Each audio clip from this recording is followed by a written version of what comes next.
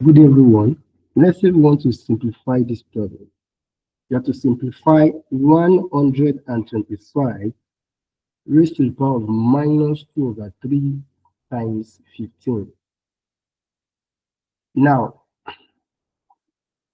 well, we all know that the minus is actually going to give us 1 over.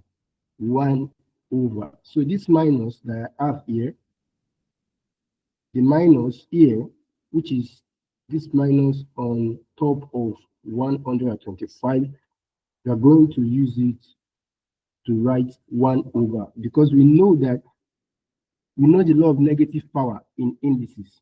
So the minus is going to be 1 over. I'm going to write 1 over.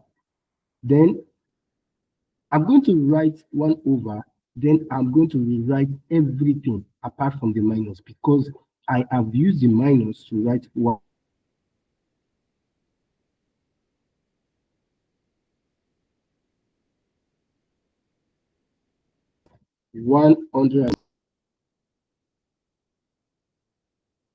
times 15 like this.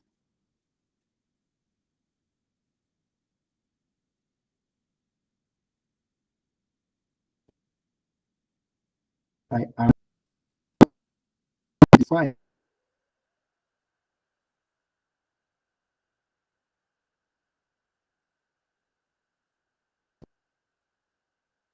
fractional fractional power is going to determine the root that we are going to take. Is it going to be square root if it is 2? Is it going to be cube root if it is 3? Is it going to be fourth root if it is 4?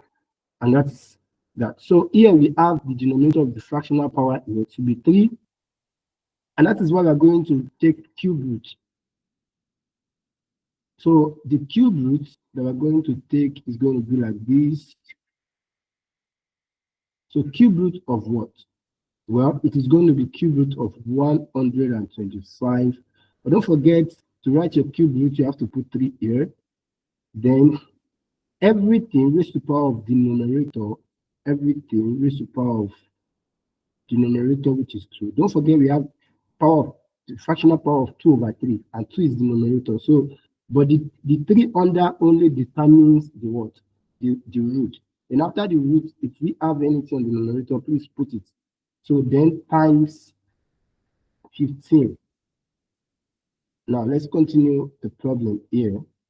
So what we are going to have now is 1 is going to be equals to 1 over. Then cube root of 125 simply means what is that number that you are going to multiply 3 times because it is cube root now to give you 125. Of course, the number is 5 because 5 times 5 is 25. 25 times 5 is going to give us what? 125. So the cube root of 125 is actually 5. But don't forget that everything has to be raised to the power of 2 because of the power of 2 that we have. Then times what? Times 15. Then the next thing we're going to have is that 1 over, then 5 raised to the power of 2 is 5 times 5 and not 5 times 2. So it is 5 times 5 and it's going to give us 25. Then times 15. Well, of course, this 15, I can put 15 over 1 like this. So I'm going to have something like this. And in multiplication of fraction, we know that the numerator will multiply numerator and denominator will multiply denominator. So I'm going to have 1 times 15 to give me 15 all over 25 times 1 to give me 25. So which is going to give me, well, 5 can go in 15. How many times? So 5 here, 3. And 5 is going to go in 25. How many times? Going to go there 5 times. So 5 here, 5. So the answer is actually 3 over 5. Thank you.